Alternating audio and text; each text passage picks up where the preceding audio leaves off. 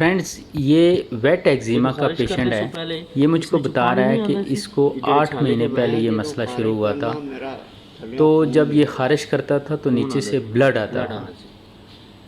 आगे जाके मैं आपको वो मेडिसिन शेयर करूँगा जो इस पेशेंट ने इस्तेमाल की, जिससे अब ये ठीक हो चुका है। इसने बताया कि अब इसको वो ब्लड नहीं आता ख़ारिश करने से, सिर्फ़ और सिर्फ इसको अब ख़ारिश रह गया है। बाकी इसका जो मसला है तकरीबन जो है वो 80-90% ठीक हो चुका है।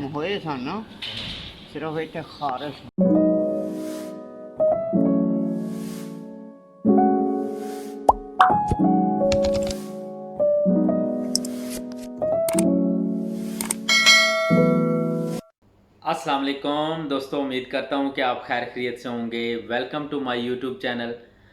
दोस्तों, आज हम बात करेंगे एक्जिमा, ख़ारिश, खुजली या जिसको चंबल भी बोलते हैं।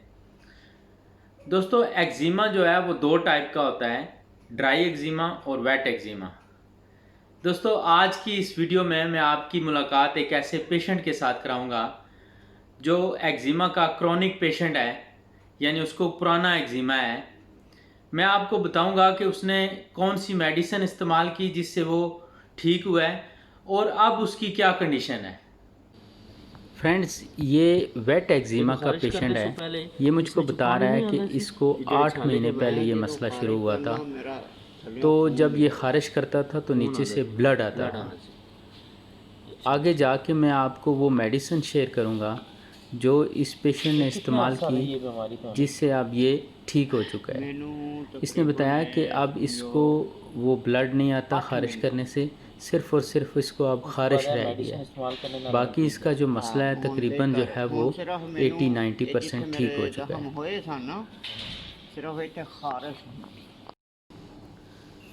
यहाँ पे ये पेशेंट मुझे बता रहा है कि इसके यहाँ पे ब्लड होता था।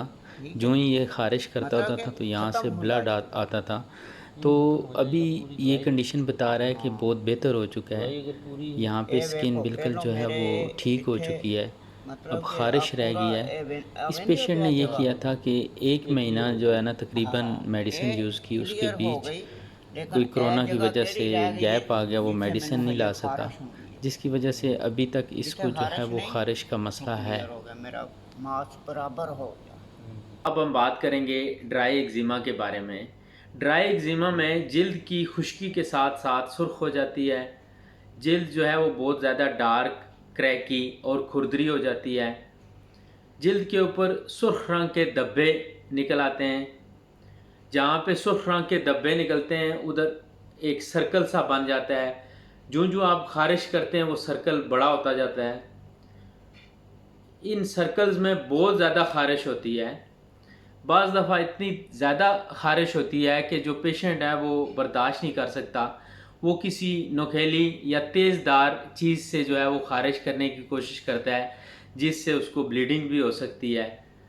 दोस्तों, जो ड्राई एक्जिमा का पेशेंट है उसकी एक ही कंप्लेन होती है कि ख़ारिश की वजह से वो सारी रात सो नहीं सकता। दोस्तों, उसके साथ साथ कुछ जो एक्जिमा के पेशेंट हैं उनकी जो है वो स्किन के छोटे छोटे पीस गिरना शुरू हो जाते हैं। बाज़ पेशेंट्स को अगर आप इस तरह रब करें तो उनकी जो है स्किन पाउडर बन के गिरती है। जी दोस्तों, अब हम बात करेंगे वेट एक्जिमा के बारे में। वेट एक्जिमा में जिल्द से सारा दिन सीरम या ब्लड निकलता रहता है। जिल्द के ऊपर सुर्ख रंग के पैचेस बन जाते हैं जिनमें ख़ारिश करने से सीरम या ब्लड निकलता है, जिससे बहुत ज़्यादा दर्द और जो मवाद जिल्द के अंदर से ख़ारिश करने से निकलता है उससे बहुत ज़्यादा स्मेल आती है। दोस्तों, एक्जिमा आम तौर पर एल्बोस, हमारी कोहनियों में, हाथों और पाँव में और चेस्ट में होता है। उसके साथ साथ बच्चों में चीक्स के ऊपर होता है। बच्चों में एक्जिमा से स्किन जो है वो बहुत ज़्यादा ड्राई और रेड हो जाती है। दोस्तों, जो एक्जिमा की बीमारी है वो जेनेटिक यानी जनाती तौर पर भी देखने को मिलती है। यानी हमारे माँ बाप में से अगर किसी को ये मसला है तो आगे बच्चों को भी हो सकती है। एक्जिमा जो है वो आम तौर पर एक मरीज़ से दूसरे मरीज़ में ट्रांसफ़र होने का बहुत कम चांस है, क्योंकि एक्जिमा देखने में अच्छा नहीं लगता। इस वजह से जो एक्जिमा का पेशेंट है वो हर वक्त उसको छुपाने की कोशिश करता है। इसके अलावा उसकी जो जल्द से सीरम या ब्लड निकलता है, जिसकी वजह से एक्जिमा के मरीज़ के कपड़े जो है वो गंदे हो जाते हैं, जिस वजह से वो ज़हनी तौर पे बहुत ज़्यादा डिस्टर्ब हो जाता है। दोस्तों, एक्जिमा की बीमारी के मल्टीपल फैक्टर्स हैं। जैसा कि अभी सर्दियां आ रही हैं, जिल्द बहुत ज़्यादा ड्राई होती है। अगर आप प्रॉपर जिल्द को मॉइस्चराइज नहीं करेंगे तो ये बीमारी होने का बहुत ज़्यादा चांस है। उसके अलावा एनवायरनमेंट जहाँ पे आप रहते हैं, जिस एरिया में, अगर उस एरिया में जल्दी बीमारियाँ या स्किन इन्फेक्शन होने का चांस ज़्यादा हो तो ये बीमारी हो सकती है। दोस्तों, इसके साथ साथ जो पेशेंट टेंशन या डिप्रेशन के शिकार होते हैं उनमें इसलिए ये बीमारी होने का चांस ज़्यादा होता है क्योंकि टेंशन की वजह से बॉडी में इम्यूनिटी कम हो जाती है, जिसकी वजह से ये इन्फेक्शन और दूसरी बीमारियां अटैक। दोस्तों, इसके अलावा कुछ लोगों को नट्स, डेयरी प्रोडक्ट्स और वेजिटेबल्स से एलर्जी होती है, जिसकी वजह से एक्जिमा हो सकता है। दोस्तों, जैसा कि मैंने आपको बताया था कि मैं आपके साथ शेयर करूंगा कि इस पेशेंट ने कौन सी मेडिसिन इस्तेमाल की है और उसकी कंडीशन अब क्या है। ये मेडिसिन इसने इस्तेमाल किया तकरीबन 1 महीना, उससे उसको बहुत ज़्यादा फ़र्क है। बेसिकली ये जो मेडिसिन है ये डाइवोबैट, ये तकरीबन 2 वीक्स यूज़ करनी है। ये रात को पूरे जिस्म के ऊपर जहाँ जहाँ ख़ारिश है वहाँ पर आपने रात को लगानी है डाइवोबैट।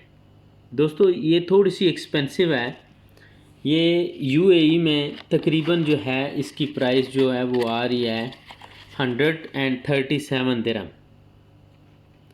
पाकिस्तान के तकरीबन 6,000 रुपये बन जाते हैं तकरीबन। और इसी तरीके से ये एक शैम्पू है, ये भी जो है हफ्ते में 2 दफ़ा यूज़ करना है। इसके साथ आपने बाथ लेना है। ये फार्मूला आप देख लें, फार्मूला सेम होना चाहिए। डिफरेंट कंट्रीज़ में डिफरेंट नाम से आती हैं ये चीज़ें। इसका ये फार्मूला देख लें आप।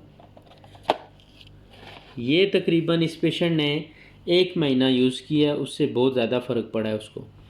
उसके साथ साथ कुछ मेडिसिन जो हैं वो ओरल भी हैं, यानी खाने वाली भी हैं। ये तो बॉडी के ऊपर लगाने वाली मेडिसिन थी, और ये जो 2 मेडिसिन है उसके साथ ये खाने वाली हैं। उसमें ये है कि हाईसेट है, लीवोसिट्राजिन डाइहाइड्रोक्लोराइड 5 मिलीग्राम।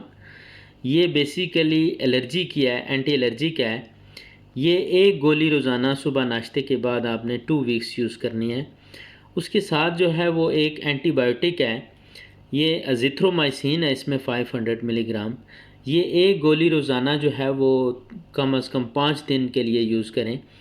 उसके साथ साथ दोस्तों ये फिगर आउट करें कि जो एक्जिमा का पेशेंट है उसके कुछ ब्लड टेस्ट हो जाएं, जिनमें स्पेशली जो है वो शुगर का टेस्ट ज़रूर होना चाहिए।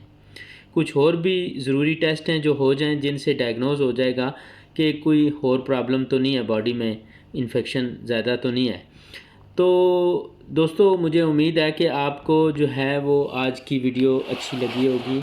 अगर आपको आज की वीडियो अच्छी लगे तो ज़रूर लाइक करें, मेरे चैनल को सब्सक्राइब करें और वीडियो को शेयर करें, ताकि ऐसे बहुत सारे दोस्तों को फ़ायदा हो जाए जो किसी स्किन स्पेशलिस्ट की फ़ीस पे नहीं कर सकते।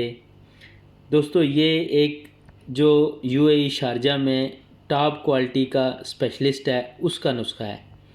उम्मीद करता हूँ कि आपको अच्छा लगेगा।